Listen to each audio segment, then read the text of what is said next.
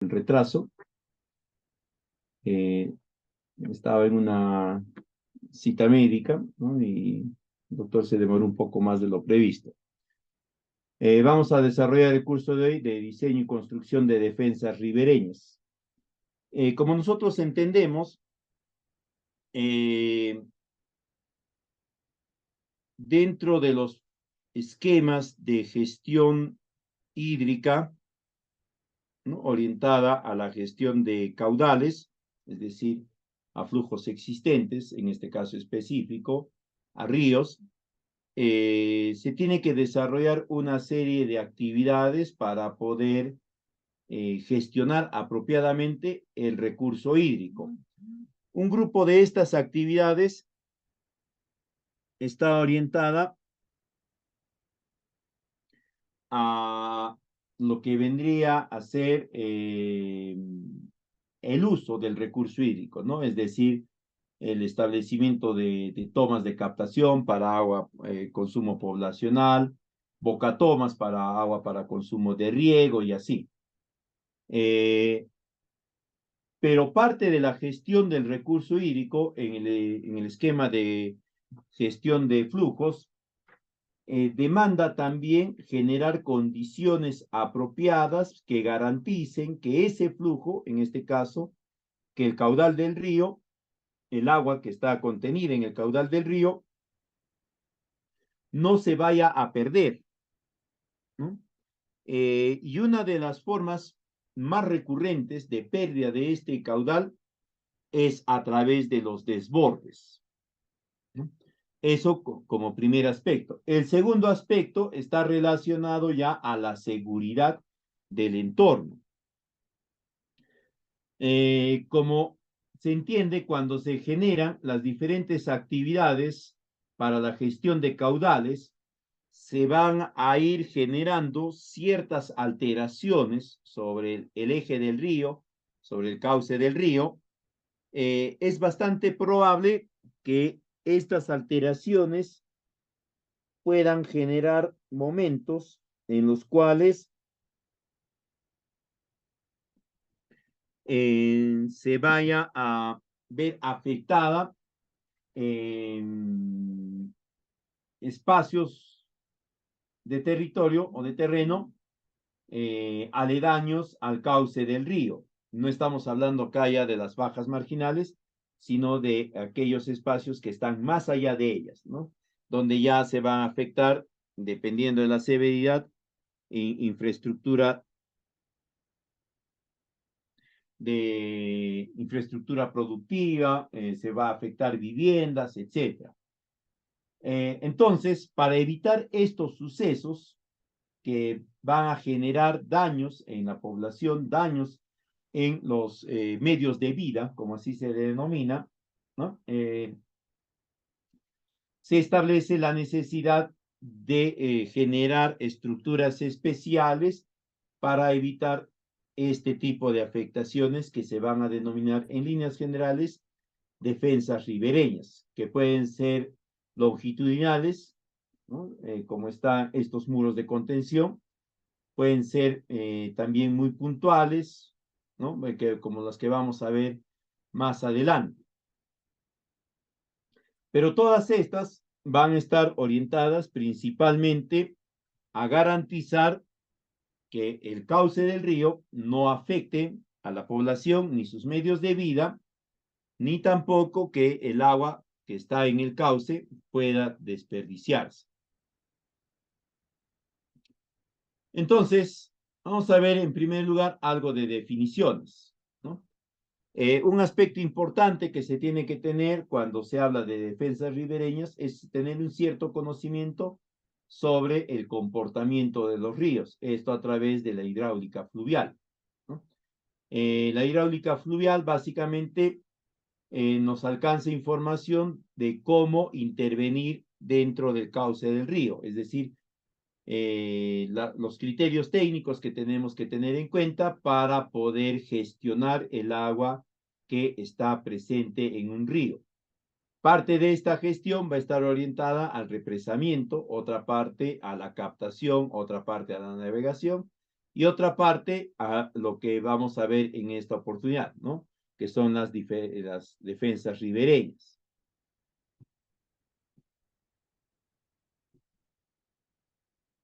Un aspecto importante que tenemos que tener en cuenta es la erosión fluvial, ¿no? Es el proceso a través del cual el agua que está presente en el cauce del río va a ir generando procesos de desgaste en las rocas de los márgenes y también en el mismo lecho, ¿no? Además de esto, de tener la erosión fluvial, es decir, el desgaste de las rocas, tanto en el lecho como en las márgenes, vamos a tener adicional a esto el proceso de sedimentación. El proceso de sedimentación es un proceso en el cual el cauce del río viene arrastrando material particulado muy fino, generalmente de naturaleza arcillosa, o que al irse depositando en el lecho del río va a ir generando una capa impermeable. Esta capa impermeable va a impedir que el cauce del río pueda seguir generando procesos de infiltración. Perdón, el lecho del cauce del río pueda seguir llevando adelante procesos de infiltración, que es lo común en los ríos. Como no va a haber proceso de infiltración en el lecho del río, el agua que está circulando por el mismo va a buscar un espacio adicional hacia donde dirigirse. Y ese espacio adicional va a ser a nivel superficial y sobre todo hacia los laterales. No, no es de que el agua va a decir, bueno, no puedo infiltrarme y me voy más adelante. No, va a buscar redistribuirse, sobre todo lateralmente. Es ahí donde se van a ir generando algunas condiciones favorables para los desbordes, ¿no? Y puedan afectar estas áreas productivas, afectar los medios de producción o los medios de vida y también a la población en general. Entonces, cuando hablamos de defensas ribereñas, tenemos que tener en cuenta algunos aspectos importantes. El primero es que tenemos que definir nosotros cuáles son las áreas susceptibles a erosión. Básicamente partimos de la premisa que, considerando que el agua es una fuerza natural, ¿no? Va a tener siempre impacto erosivo sí o sí, por su misma fuerza natural. Pero este impacto erosivo va a ser distinto en determinadas circunstancias y en determinados materiales. Lo que compete en este primer aspecto es definir cuáles son esas áreas que van a ser más susceptibles a los procesos erosivos. En otras palabras, áreas que se van a erosionar mucho más rápido, ¿ya? No solamente por el aspecto hídrico, es decir, el flujo del agua, sino también por aspectos ambientales, la precipitación, por ejemplo, ¿ya? Estos daños tienen que ser evaluados y se tienen que proyectar para poder determinar una serie de actividades. Uno de los primeros aspectos en los cuales se va a evaluar es en relación al aspecto agrícola. En otras palabras, vamos a definir en este sentido cuáles pueden ser o cuáles son las extensiones de área que van a estar orientadas a la producción agrícola y que pueden verse erosionadas por el cauce del río. ¿Por qué? Porque, como habíamos dicho, la defensa ribereña o el esquema o la estrategia de generación de defensa ribereña está orientada a precautelar a la población y sus medios de vida. Los medios de vida se entienden como las actividades productivas que van a generar riqueza o que van a generar intercambio económico. Una de las actividades productivas o las actividades productivas más relacionadas al recurso hídrico van a venir a ser las actividades productivas primarias, agricultura y ganadería, que paradójica o que se conducen muchas veces en zonas muy cercanas a los cauces del río. Pero además de eso, también vamos a tener otras actividades productivas, ¿no? Y además vamos a tener también la evaluación de la misma población. La unidad de medida en el ámbito agrícola, ¿no? En la evaluación del aspecto agrícola, va a venir a ser la hectárea. Se va a considerar acá el valor del terreno que va a verse afectado. Además de eso, se va a considerar si ese terreno que se puede ver afectado estaba sosteniendo o estaba conduciendo un determinado cultivo. Si es así, se tiene que considerar también el valor potencial del cultivo. ¿Cuál va a ser el valor potencial del cultivo? El valor potencial del cultivo va a venir a ser el resultante de el rendimiento promedio de la zona, no es el rendimiento promedio de nacional, sino ni el rendimiento promedio regional, sino es el rendimiento promedio de la zona, ¿no? No es el rendimiento promedio del distrito. El distrito puede tener un rendimiento promedio de 20 toneladas por hectárea, pero tal vez el rendimiento promedio de la zona, porque era una zona que tenía cierto material de piedras, ¿no? Estaba expuesto a eventos climáticos, qué sé yo, su rendimiento promedio podría ser la mitad, 10%. Se va a considerar ese rendimiento promedio por el precio promedio, ¿no? Del periodo de producción, del periodo de venta. Y ese va a ser el valor que se va a consignar. Ese resultado se tiene que determinar en la evaluación del aspecto agrícola. El otro aspecto a determinar es el aspecto urbano, ¿no? Y acá sí es un poquito más complejo porque acá se va a contemplar la susceptibilidad de inundación de centros urbanos, ¿no? Donde están viviendas, donde pueden estar centros poblados, pero sobre todo donde se va a verificar si existían servicios públicos básicos, saneamiento, ¿no? Vías de comunicación, electricidad, educación y salud, porque estos van a tener que ser repuestos en un periodo casi, en un periodo corto, ¿no? Estamos hablando de 3, 6 meses nada más. También se va a evaluar el aspecto de infraestructura, ¿no? Teniendo en cuenta que se considera dentro de esta la infraestructura de riego y drenaje, la infraestructura vial, ¿no? Caminos, puentes, estructura de abastecimiento de agua para la población, para las centrales hidroeléctricas. En otras palabras, toda aquella infraestructura que que se pueda ver afectada por el desborde de los cauces de los ríos, teniendo en cuenta la prioridad de infraestructura de saneamiento, ¿no? La primera infraestructura que se tiene que evaluar es la de saneamiento. De ahí recién se evalúa la infraestructura vial, luego de ello se evalúa la infraestructura de riego. ¿Ya? Ese es el orden también. Van a disculpar que ahí esté consignado de forma desordenada. Pero lo que compete es, en primera instancia, evaluar la infraestructura de saneamiento, ¿no? Si se han afectado las redes de conducción, las líneas de conducción de agua potable, las líneas de distribución de agua potable, las zonas donde estaban los reservorios, el sistema de tratamiento de aguas residuales, etc. De ahí viene la infraestructura vial, caminos, carreteras, puentes. De ahí recién viene la infraestructura productiva, ¿no? Entendiendo en esta el riego y drenaje y también infraestructura productiva de otras actividades, ¿no? Por ejemplo, plantas de transformación, etc.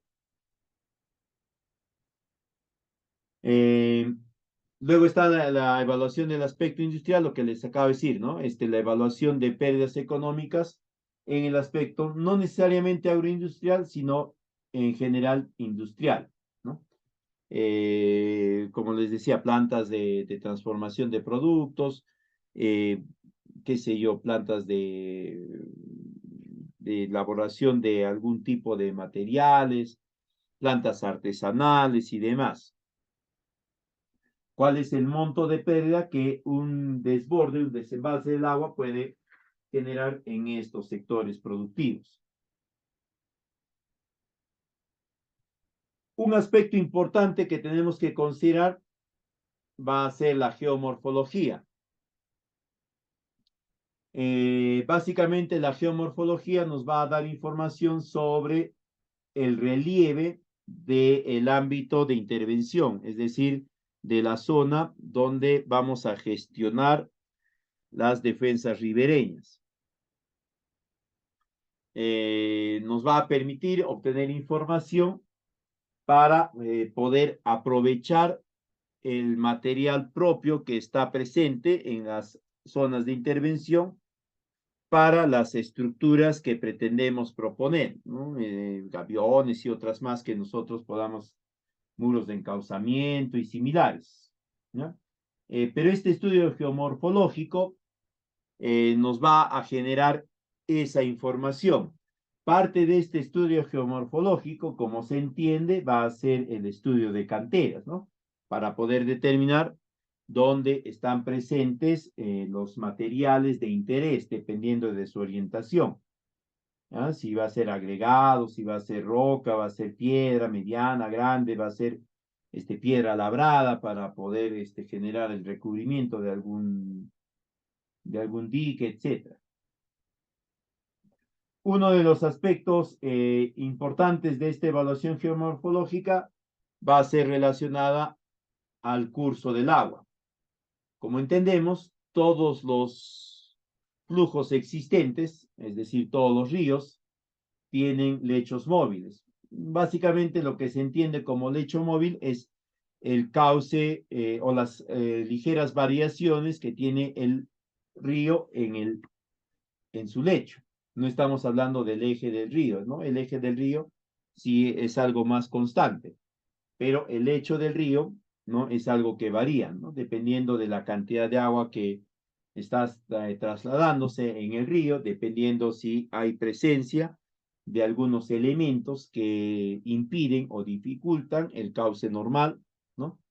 Puede haber caído alguna roca, qué sé yo, se puede haber generado alguna estructura, ¿no? Una boca toma que tiene su muro de encauzamiento y genera una variación en el curso del agua.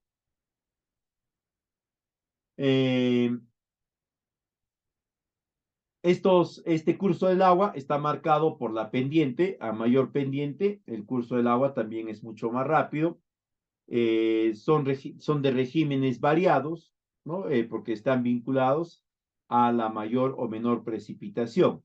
Y una característica de los cursos de agua es que en todos ellos se generan dos procesos. Un proceso de erosión, del cual ya hemos hablado, ¿no? Que genera el desgaste, sobre todo en los márgenes, en el material que esté en los márgenes, y otro proceso que es el de sedimentación que se genera en el lecho de los ríos, ¿no? En el cual ya hemos dicho también que se va acumulando material impermeable, material fino particulado impermeable. Básicamente hablamos de material arcilloso y limoso. En cuanto al tipo de flujo que tiene un río, puede ser un flujo central, ¿no? O puede ser también un flujo lateral. Si es un flujo central, es bastante turbulento y también genera principalmente sedimentación en la base del lecho del río y produce erosión en un punto y la sedimentación en el punto opuesto. Tenemos de otro lado el flujo lateral, que es un flujo ya no muy turbulento, ¿no? Estamos hablando básicamente ahí de los ríos que tienen un ancho bastante amplio, los ríos de selva, podríamos encontrar acá, ¿no? En cambio, el flujo central son los ríos de sierra, principalmente en las partes más de las cuencas altas y medias. Como es un flujo no muy turbulento, también la sedimentación va a ser básicamente sedimentación de deposición. Acá, dicho sea de paso, el proceso de sedimentación es un poquito más, es relativamente mayor. ¿Puede darse también en condiciones de alta pendiente? Sí, ¿no? Pero generalmente se da en condiciones de pendiente baja.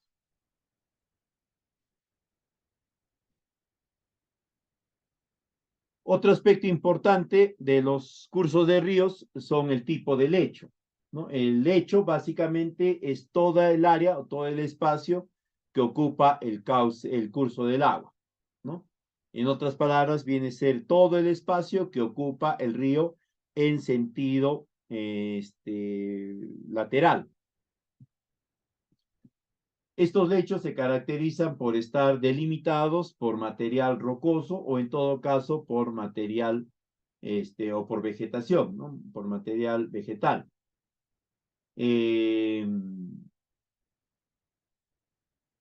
Dependiendo de si son lechos de inundación o son lechos temporales, pueden estar recubiertos por material aluvial o por material de cantos rodados. Si es un lecho temporal, generalmente están cubiertos por cantos rodados y la delimitación está marcada por material rocoso. Es muy reducida la masa vegetal que pueden encontrar en lechos temporales.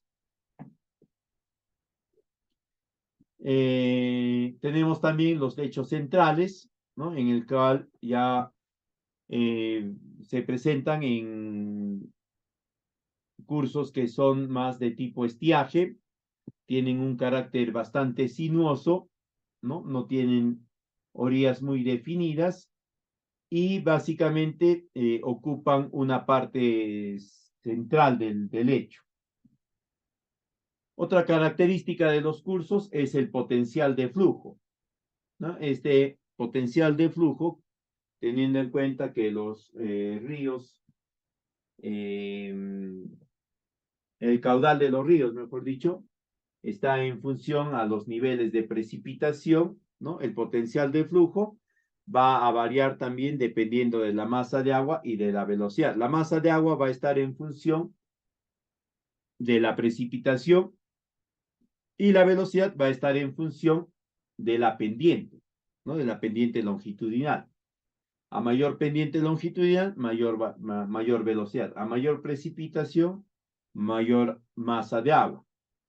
Ahora, la masa de agua también puede estar vinculada no solamente a la precipitación, sino también a la cantidad de efluentes, ¿no? A mayor cantidad de efluentes, mayor masa de agua. Además de ello, la potencia de flujo va a variar dependiendo del punto y el momento de medición. Vamos a encontrar acá la potencia bruta, ¿no? Que es la que vamos a encontrar cuando se dan las avenidas y generalmente esta potencia es aquella que transporta los materiales. En otras palabras, esta potencia bruta la vamos a generar cuando están presentes las precipitaciones, ¿no? Porque ahí se incrementa la masa de agua y dependiendo de esta se va a poder transportar más o menos cantidad de materiales. Y luego tenemos la potencia neta, que vendría a ser básicamente la potencia promedio que tiene el río y que va a estar, es la que va a determinar los niveles de erosión.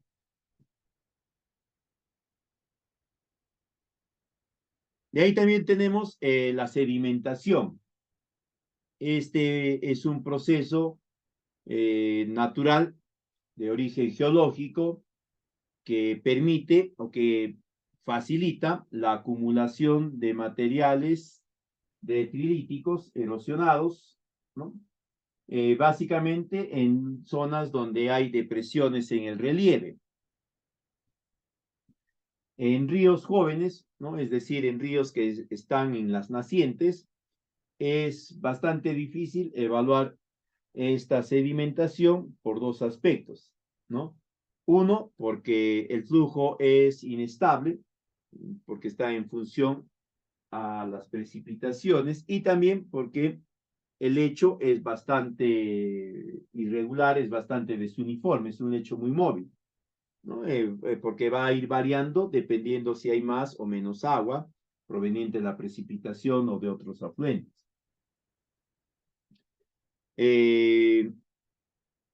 En ríos más, digamos, más viejos, de mayor volumen, ¿no? La sedimentación sí es más fácil de evaluar.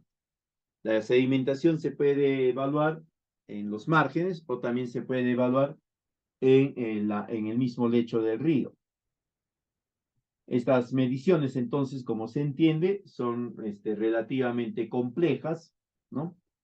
Y la graduación de las mismas, es decir, los grados de sedimentación, van a ir variando, ¿no? En función a la velocidad, que ya hemos dicho, está en función a la pendiente longitudinal. Va a variar también en función al material geológico que está presente en las partes de mayor velocidad y de mayor potencia bruta, ¿no? Porque esto va a definir, pues, el tipo de partícula y también el tamaño de partícula. En cuanto a la hidrología relacionada ya específicamente a las defensas ribereñas, ¿no? Un primer estudio que tenemos que tener en cuenta es el estudio hidrológico. El estudio hidrológico, ¿ya? Nos va a permitir definir los niveles de agua provenientes de las precipitaciones, eh, y para ello nosotros tenemos que tomar en cuenta pues un historial de datos mínimamente de 30 años, ¿ya? Lo ideal es que sean lo más cercano posible a 50 años.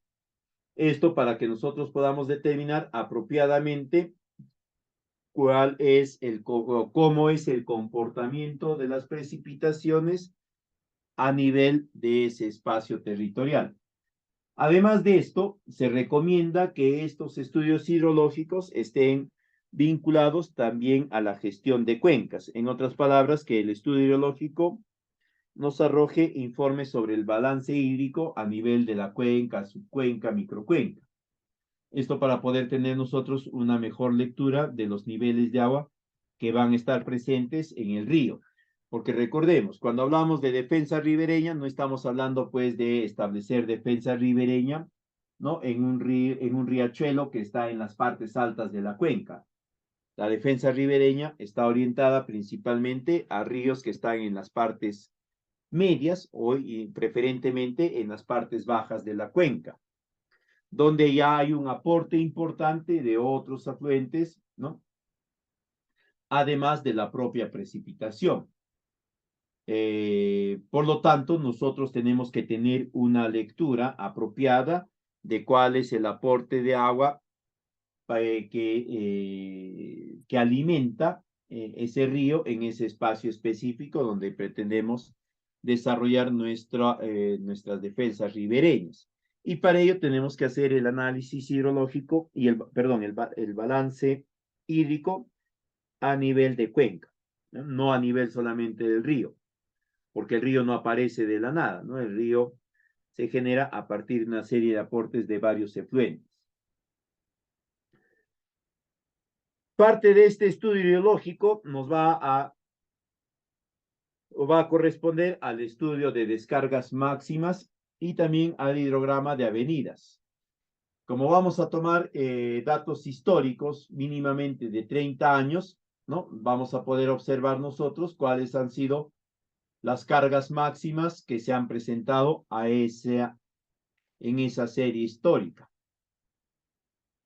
Nos va a permitir también determinar en qué periodos de año, ¿no? O en qué periodos del año se han identificado, se han registrado estas avenidas, y como el estudio hidrológico también contempla el análisis de algunos parámetros climáticos, como es la temperatura, la humedad, además de la misma precipitación, vamos a poder nosotros tener también una proyección de cuáles son los factores condicionantes, los factores ambientales condicionantes o los elementos ambientales condicionantes que o que pueden generar estas máximas avenidas, ¿no? Estas descargas máximas y estas máximas avenidas.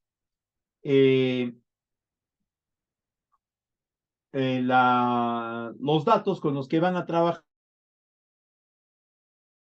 obligatoriamente tienen que ser obtenidos de CENAMI. Ahora, ¿qué sucede si no hay datos de CENAMI cercanos a la zona de intervención, ¿no?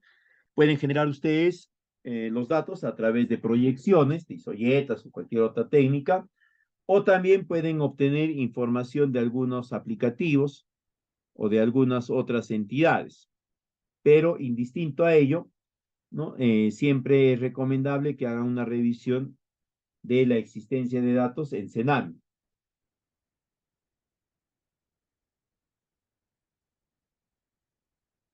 Ahora, también dependiendo, ¿no? Si es factible, pueden desarrollar aforos ustedes mismos y hacer una serie de proyecciones. Las fórmulas están disponibles. Hay aplicativos, a la fecha hay aplicativos para desarrollar esto, ¿no? Una vez que se han determinado o se han obtenido estos datos, ¿no? Se puede hacer la corrección de los mismos de acuerdo a la superficie de las cuencas. Eh, por lo general, ¿no? Se trabaja esto de las defensas ribereñas a nivel de subcuencas o en todo caso a nivel de microcuencas. Es poco común que se trabaje esto a nivel de una cuenca grande. Si es a nivel de una cuenca grande, ¿no? Hay una serie de fórmulas que se pueden utilizar. A nivel de cuencas pequeñas, ¿ya? ¿No?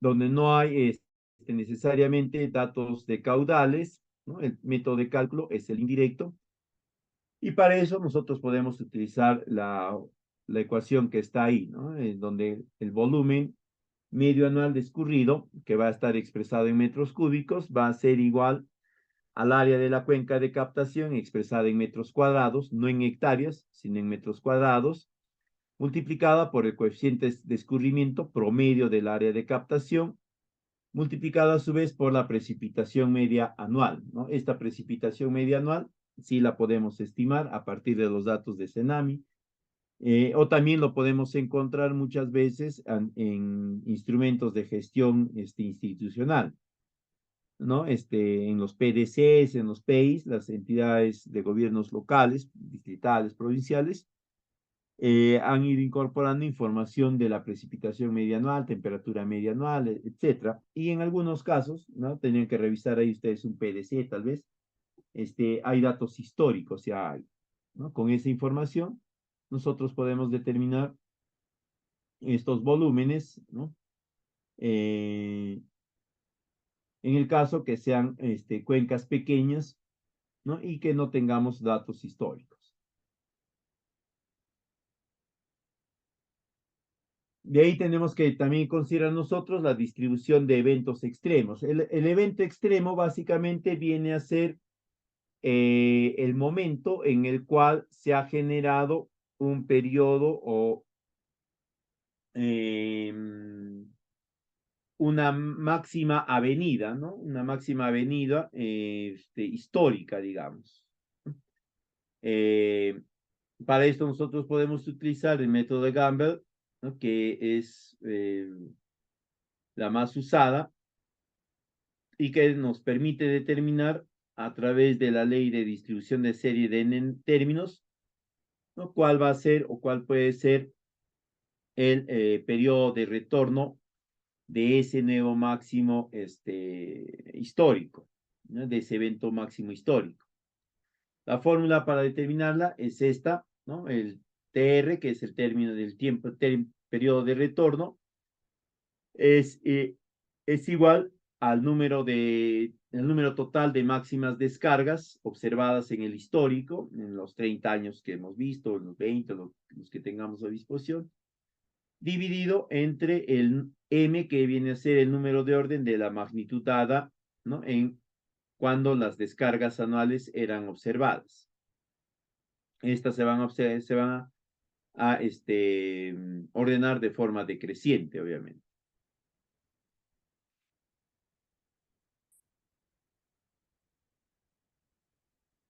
Como habíamos dicho anteriormente, los cauces o los flujos existentes, ¿no? Entiéndase ríos, generan dos procesos. Uno erosivo, es decir, la extracción o el retiro de material, principalmente de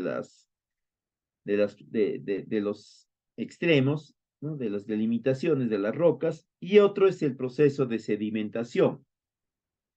De estos dos habíamos indicado al principio que el proceso de sedimentación es el que influye de forma directa sobre el lecho del río y sobre los posibles eventos de desborde que se puedan presentar. Entonces es importante también conducir el estudio de transporte o de traslado de sedimentos, ¿no?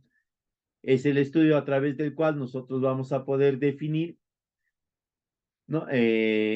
La tasa promedio de traslado de sedimentos que se presenta en un río.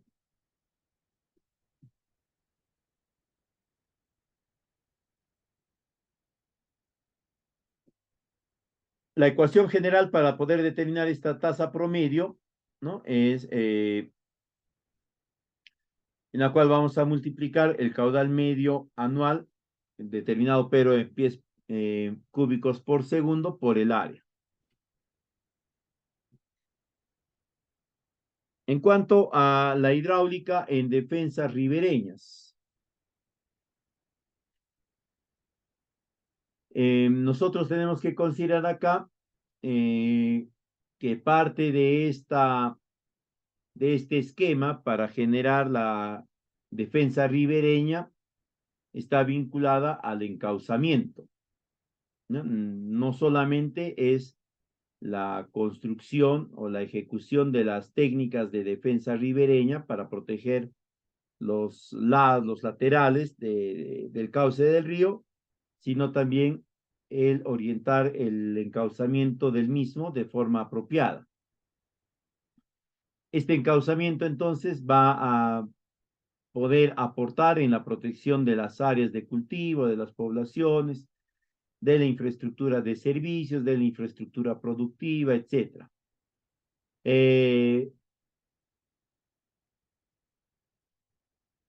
Básicamente, el encauzamiento viene a ser el conjunto de procesos a través del cual nosotros vamos a trasladar o redisponer o redistribuir material del lecho del río, ¿no? Hacia los laterales, buscando que este lecho no vaya a generar afectaciones a la población ni a las áreas de producción y que esté muy vinculado al eje del río, ¿no? Es decir, al punto central del cauce del mismo. Para esto, pues, se tiene que disponer de una serie de elementos, una serie de recursos, ¿no? Materiales, maquinaria, personal y otros más. Un aspecto importante que tenemos que tener en cuenta en ello es la ubicación y la longitud o el largo del encauzamiento, ¿no? Se va a generar la ubicación del encauzamiento, ¿no? Obviamente en los puntos en los cuales el flujo no es central, ¿no? El flujo es amplio. Lo que se va a entender entonces es que el encauzamiento tiene que reorientar el lecho del río hacia un flujo central, ¿no? En cuanto a la longitud, esta tiene que ser la apropiada que permita que el cauce del río, ¿no? Esté orientado hacia un flujo central. De esta forma, lo que se va a poder generar es orientar que el cuerpo de agua, ¿no? El caudal del río, esté vinculado a este flujo central donde se pueda contener toda la energía potencial o la potencia bruta que éste va a generar. Nosotros tenemos que determinar, ¿no? La sección estable del río o la amplitud del cauce. Para esto podemos nosotros utilizar la teoría del régimen estable de Bianchi-Knowlton y vamos a utilizar las siguientes relaciones, ¿no? En la cual vamos a emplear el ancho medio de la sección del río. También vamos a utilizar la pendiente hidráulica expresada en porcentaje, la profundidad media o tirante medio y también el factor secundario, ¿no? Ahí están las fórmulas, ¿ya? Donde Q, ya sabemos, es el caudal de diseño, que está expresado en metros cúbicos por segundo. ¿no? F sub B es el factor de fondo, 1.2 para material grueso, ¿no? Y la raíz cúbica del diámetro mediano de los materiales para gravas. C viene a ser la concentración de material en el fondo del lecho del río, expresada en partes por millón, ¿no? Es decir, 10 a la menos 5. F sub S es el factor de orilla, que es igual a 0.2, ¿no? Porque generalmente la orilla tiene tiene un tipo de barro arcilla fangosa. Ahora puede haber orillas que tienen un tipo de barro arena, entonces el F sub S será igual a 0.10. O puede ser material muy cohesivo, ¿no? Muy fangoso, digamos, que no es muy común, pero podría darse. Y ahí tenemos, ¿no? Un F sub S igual a 0.3. Ya, de ahí tenemos ya la gravedad, que ya sabemos. Estos son los datos con los que se va a trabajar.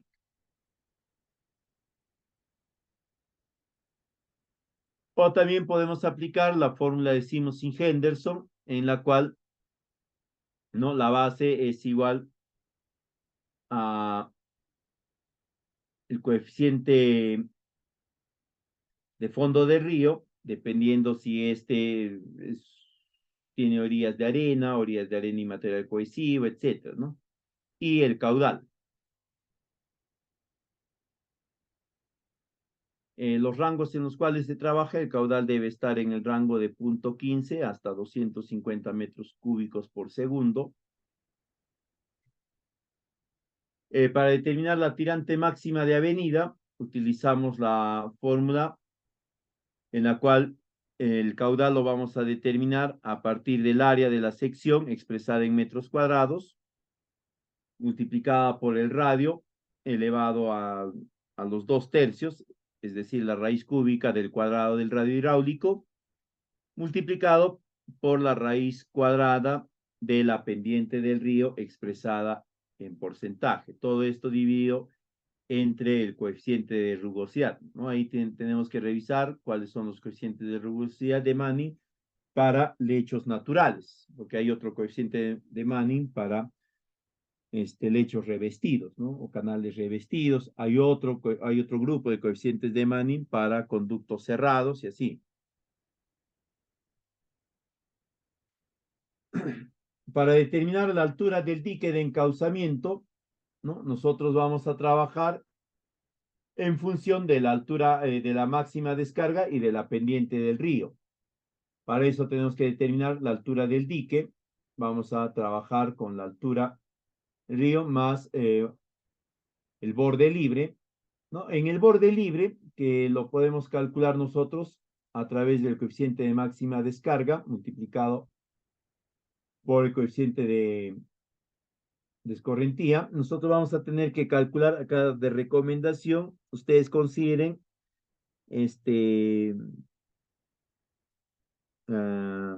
3%, ¿ya? Adicional de la altura que han determinado del dique. Digamos que hemos determinado que el dique va a tener una altura de 3 metros, ¿no?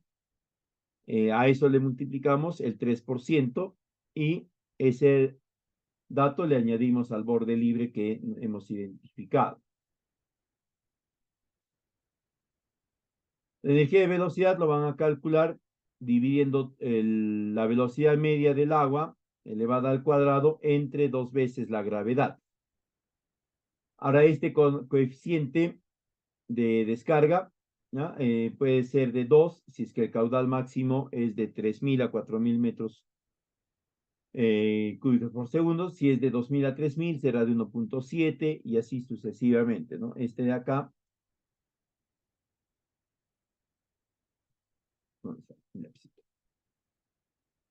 este valor, ¿no? Es este de acá.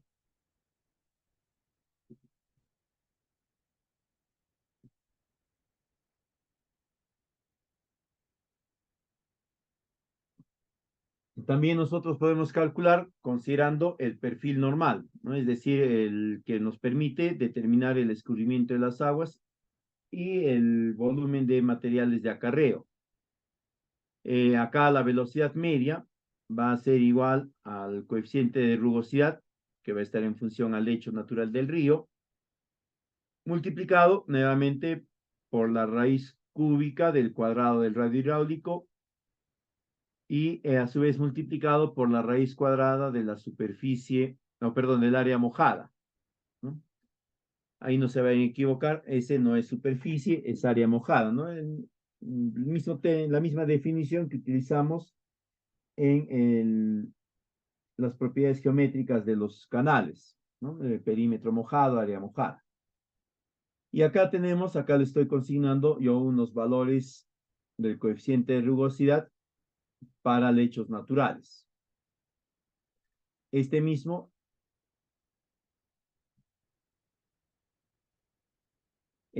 lo pueden utilizar acá, en este otro, ¿no? Perdón, acá atrás. Acá. Ese mismo lo pueden utilizar acá, ¿no? En N. Por ejemplo, si el lecho natural del río es un fondo con sólidos sin irregularidades, el coeficiente regular es de 40. Si es un lecho natural del río con vegetación, el coeficiente es de 30 a 35. Si es un lecho natural con fuerte transporte de acarreo, el coeficiente es de 28.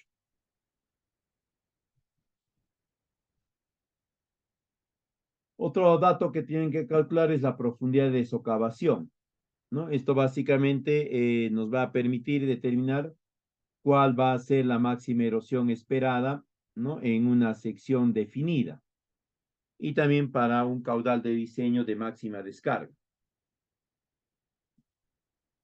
¿no? El método de Lis van der Lieve es el que se ajusta más a los cauces naturales definidos, ¿no? Ahí está la fórmula. Los valores ya los hemos estado viendo anteriormente. Para determinar, ¿no? Se parte de la fórmula inicial, ¿no? Donde el caudal es igual a la constante, ¿no? Esta constante la vamos a hacer igual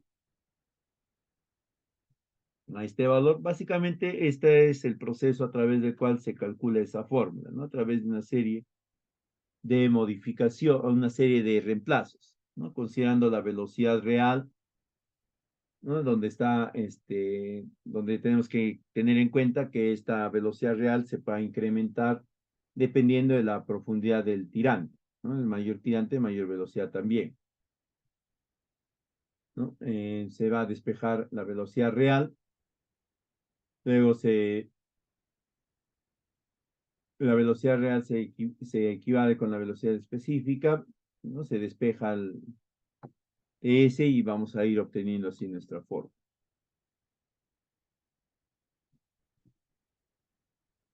Al final, la fórmula de socavación es esta de acá, ¿no? Donde la profundidad de socavación, esta de acá,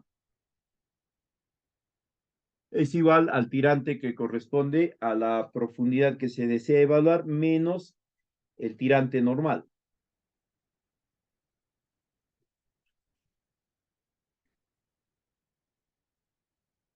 Acá están algunos coeficientes de socavación que ustedes pueden utilizar, ¿no? Para hacer los reemplazos respectivos.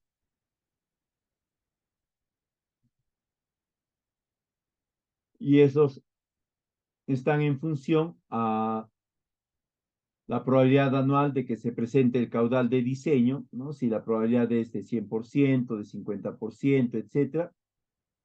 Y además también están estos valores en función a si son suelos cohesivos o son suelos no cohesivos.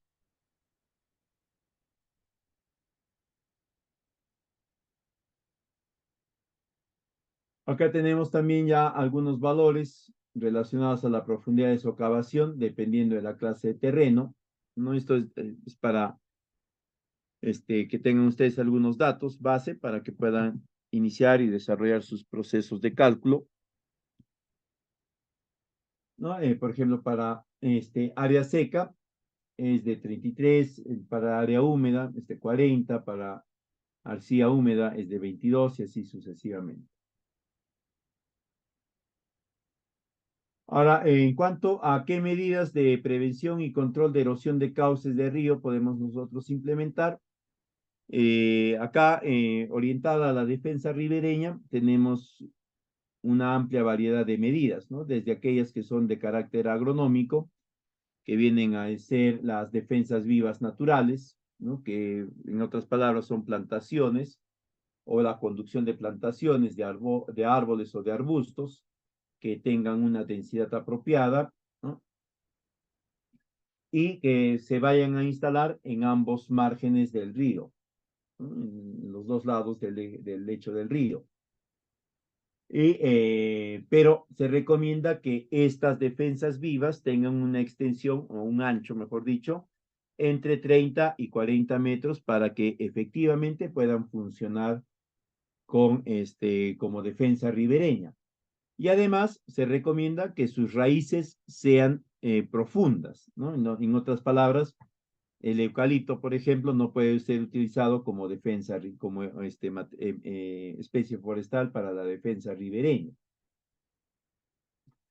porque sus raíces son bastante superficiales, ¿no? Si bien es cierto, es bastante rústico, tiene un proceso de crecimiento relativamente más rápido comparado con algunas otras especies forestales, pero en desventaja, ¿no? Tiene pues que sus raíces son bastante superficiales, están alrededor de la profundidad de 1,5 metros, máximo 2 metros, ¿no? Pero hay otras especies que tienen raíces mucho más profundas.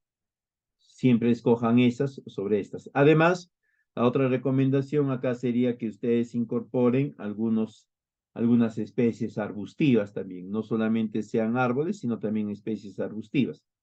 Especies arbustivas que igualmente tengan un buen desarrollo radicular.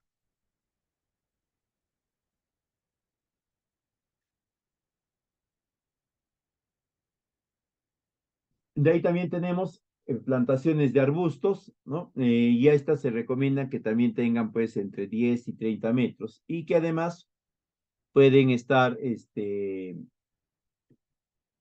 eh, vinculadas, ¿no? A la construcción de algunos otros componentes, como son los diques, ¿no?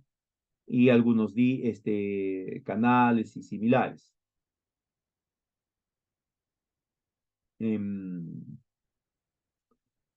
este tipo de plantaciones, ¿no? De especies arbustivas y forestales, pues, también se puede trabajar con anchos que puedan tener entre 10 y 30 metros, ¿no? La recomendación es que estén bastante cercana a los 30 metros.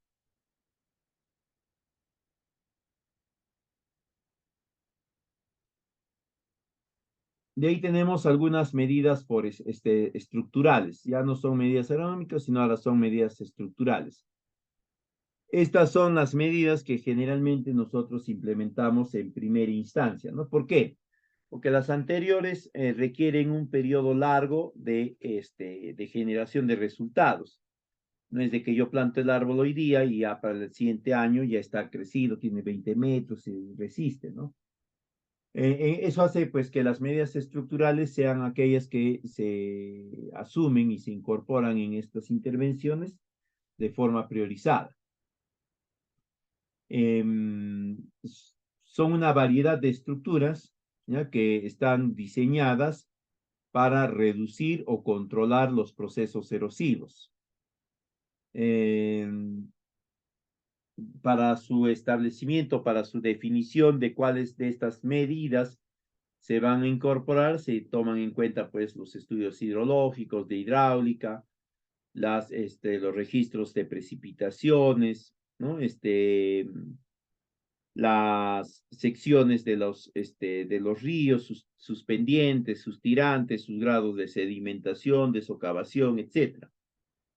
Ahora, estas medidas estructurales se pueden implementar o no son excluyentes, es decir, si yo implemento una de estas, ¿no? Por ejemplo, diques, ¿no? Con concreto armado, ciclópeo, no quiere decir que no puede implementar otras de las técnicas, gaviones y otras más que están presentes.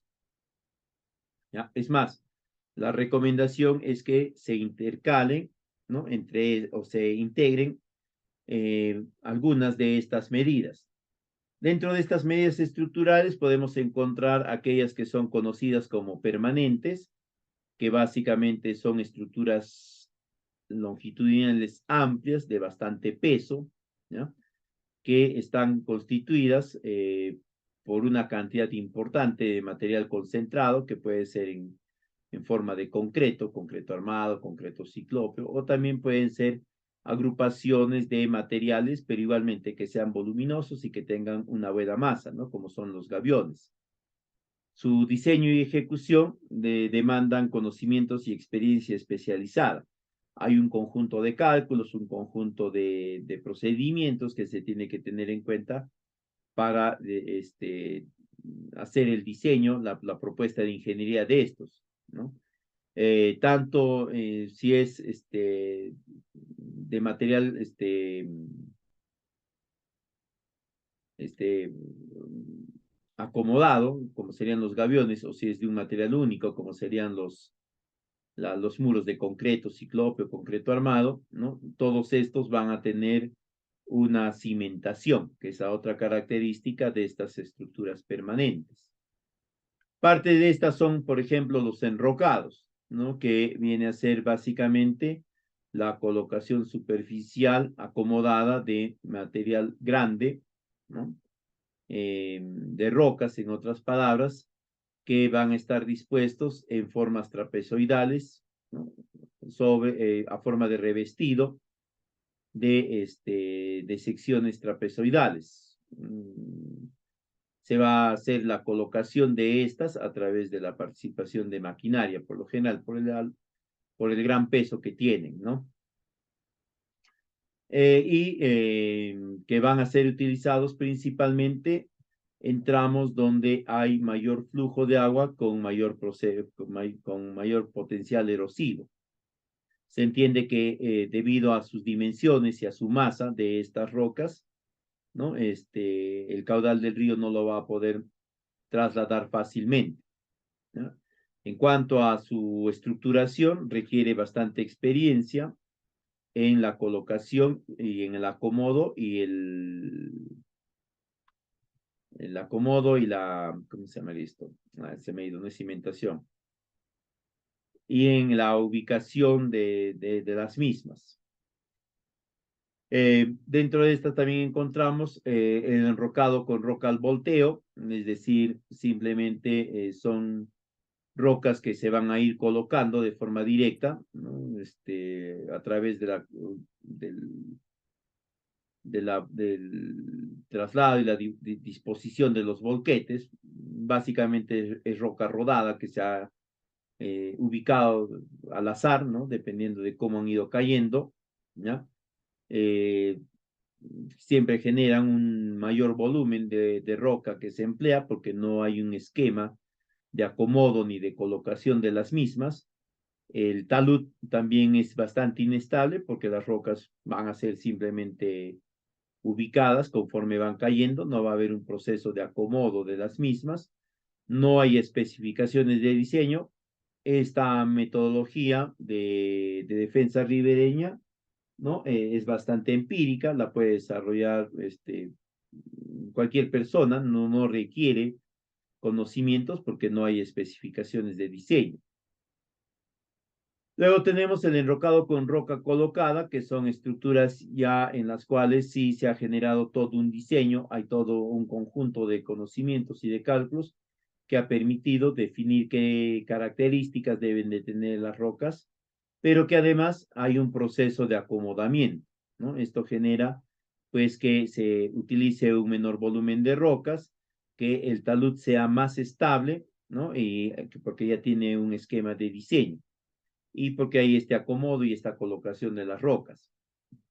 De ahí tenemos estructuras de concreto, ¿no? Que pueden ser de muros de concreto ciclópeo, que son estructuras de distribución longitudinal, con dimensiones variables dependiendo del caudal máximo del diseño y también de los niveles de socavación. Generalmente se construyen con material propio del río. También tenemos los muros de concreto armado, que se caracterizan por ser estructuras que van a tener un armazón, digamos, una armadura de fierro, ¿no? Que van a tener menores dimensiones que las de concreto ciclópeo, que van a requerir una cimentación, ¿no? Un punto de anclaje que tiene que ser previamente adecuado, acondicionado, ya antes que me olvide, todos los muros, ya de concreto armado, de concreto ciclópeo, requieren que la cimentación, la fundación, sea hecha sobre un terreno que previamente se ha tenido que adecuar. Esta adecuación va a demandar que haya retiro de material y colocación de nuevo material, ¿no? Lo que se conoce como material de relleno, que va a generar el espacio de adecuamiento para que luego pueda soportar la estructura del muro. Esta cimentación en estos muros está por debajo del nivel del lecho del río o del piso del río. Tenemos otras medidas, no muy común en nuestro medio, ¿ya? Que son los dados, que son cubos de concreto, que pueden tener lados de 1 a 1.5 metros, que tienen estas perforaciones que permite el traslado y luego permite su colocación y acomodo para darle mayor estabilidad y mayor consistencia a la estructura. Como se entiende, y debido a su peso, ¿no? Son colocados con el apoyo de maquinaria pesada. También tenemos los tetrápodos, que vienen a ser una especie de yaces, ¿no? Bastante similares a los yaces, como decía, que tienen generalmente 4 brazos, ¿no? Tienen un eje y 4 brazos que va a permitir su colocación y su anclaje. Pueden ser de concreto armado y también pueden ser de metal, ¿no? De hierro, ¿no? A partir de estas vigas de hierro correctamente soldadas. En cuanto a sus dimensiones, estas están alrededor en el rango de metro a metro y medio, ¿no? Es decir, los brazos, ¿no? Pueden tener un metro, en total la estructura en total tiene 2 metros y un poco más, ¿no? Dependiendo. Más allá de ser utilizados únicamente a modo de defensa ribereña, también son utilizados a modo de disipadores de energía. No son muy utilizados en defensa ribereña, son más utilizados en defensa en las playas, ¿no? Para disipar la energía de las olas. No sé si ustedes han visto, ¿no? Pero hay ciertas partes en nuestro país que se han utilizado estos, ¿no? A nivel de los muelles, a nivel de algunas bahías, se han utilizado las mismas. Son ampliamente utilizadas en los Países Bajos y también en Japón, ¿no? Donde estas se han ubicado y tienen bastantes buenos resultados. Luego tenemos las losas, que básicamente son estructuras de concreto armado que se van a ubicar en los taludes de las diques trapezoidales, ¿no? A modo de revestimiento. Lo que van a buscar es evitar pues que el agua del río pueda seguir generando procesos erosivos. Se utiliza para la generación del dique trapezoidal, por lo general se utiliza material propio del río o en todo caso material de alguna cantera o de alguna fuente cercana que tiene que estar previamente compactado, ¿no? Podríamos entender que estos diques sobre los cuales van estas losas son diques de tierra. También tenemos los colchones, que son estructuras que se van a colocar, ¿no? Sobre mallas de alambre galvanizado. Este alambre galvanizado va a tener diferentes espesores, ¿no? La idea es de que la losa que va a estar colocada sobre esta malla de alambre. La malla de alambre cumpla una especie de función tipo resorte, ¿no? Que permita que haya cierta movilidad, cierta este, compactación de la losa generada por la mayor carga del río. Igualmente se utilizan sobre un dique generado por lo general con material propio del río, pero se recomienda que se utilicen en cauces que tienen un comportamiento más o menos regular, ¿no? Es decir, que no tienen una variación, digamos, marcada en su caudal, ¿ya? Para que se pueda evitar, pues, que haya una sobrecarga sobre estas losas que están ubicadas sobre estas mallas y puedan estas tener un mayor movimiento y puedan ser arrastradas o algo similar.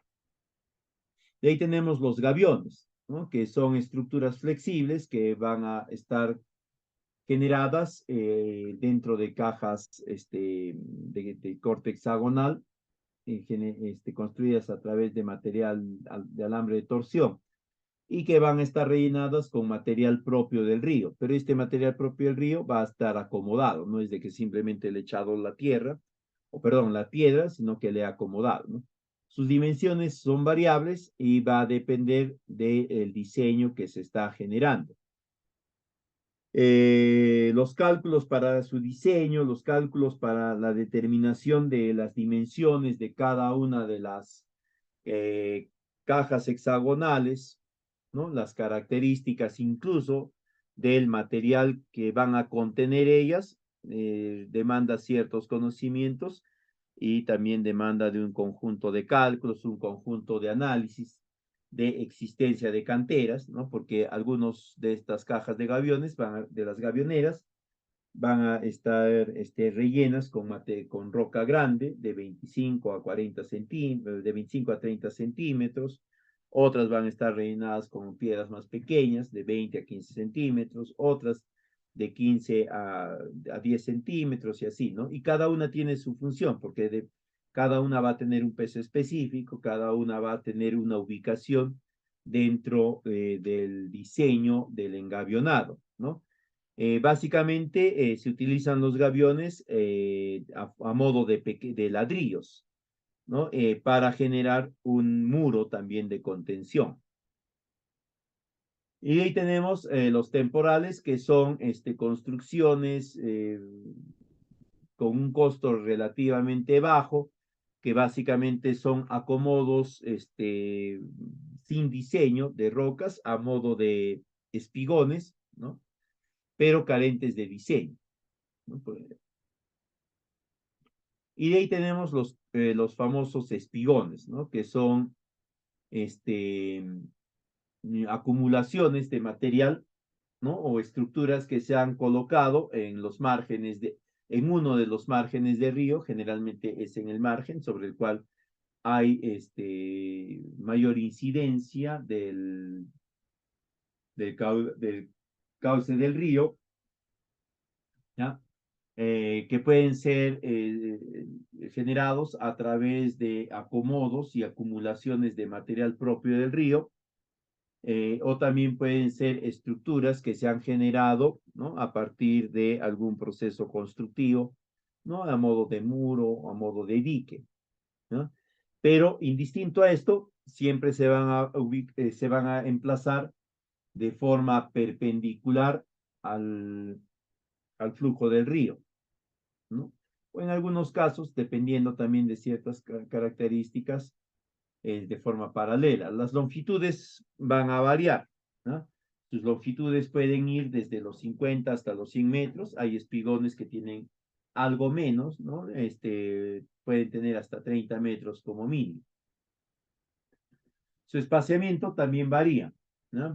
Generalmente el espaciamiento está entre 50 y 200 metros, pero básicamente lo que va a determinar el espaciamiento es la cantidad de material que es trasladado por el cauce del río y que puede ser contenido dentro de los espacios entre los espigones sin generar la afectación de los mismos.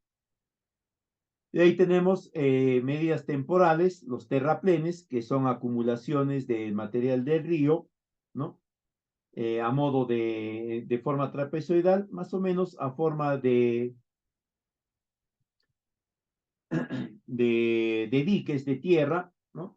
Que van a estar, que van a estar orientados a contener el cauce del río por un periodo de precipitación, ¿no?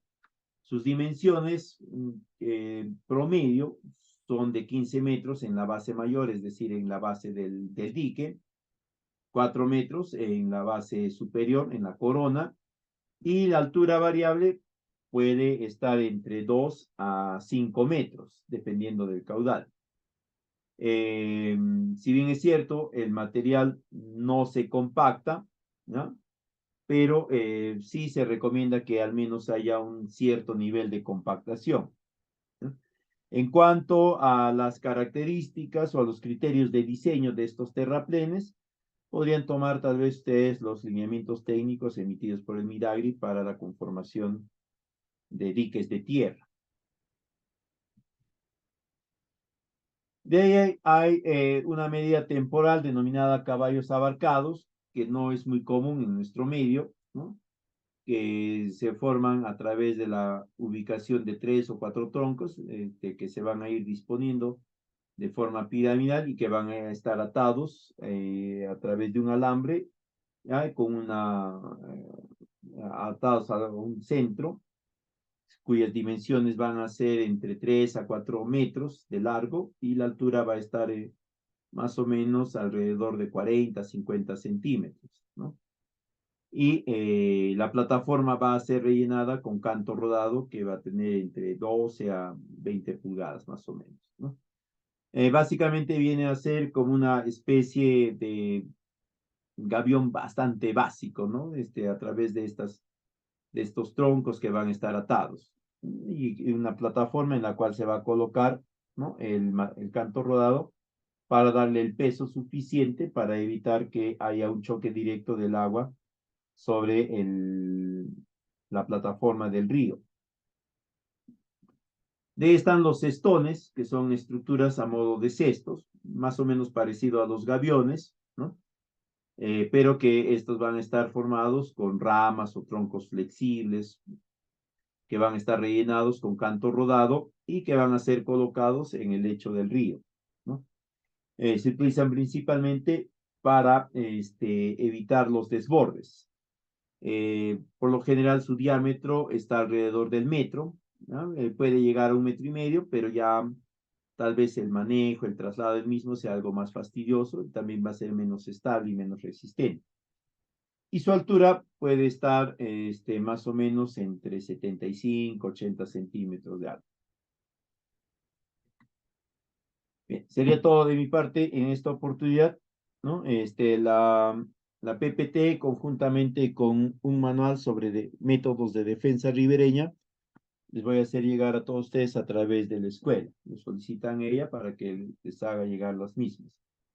También les voy a compartir un manual básico de diseño de gaviones, ¿no? Porque eso es un poquito más complicado, ¿no? Hay un conjunto de cálculos, un conjunto de estudios que se tiene que realizar para poder definir qué cantidad de gaviones, qué dimensiones, con qué tipo de materiales se va a ir rellenando cada uno de ellos. Bien, si hubiesen consultas, quedo atento.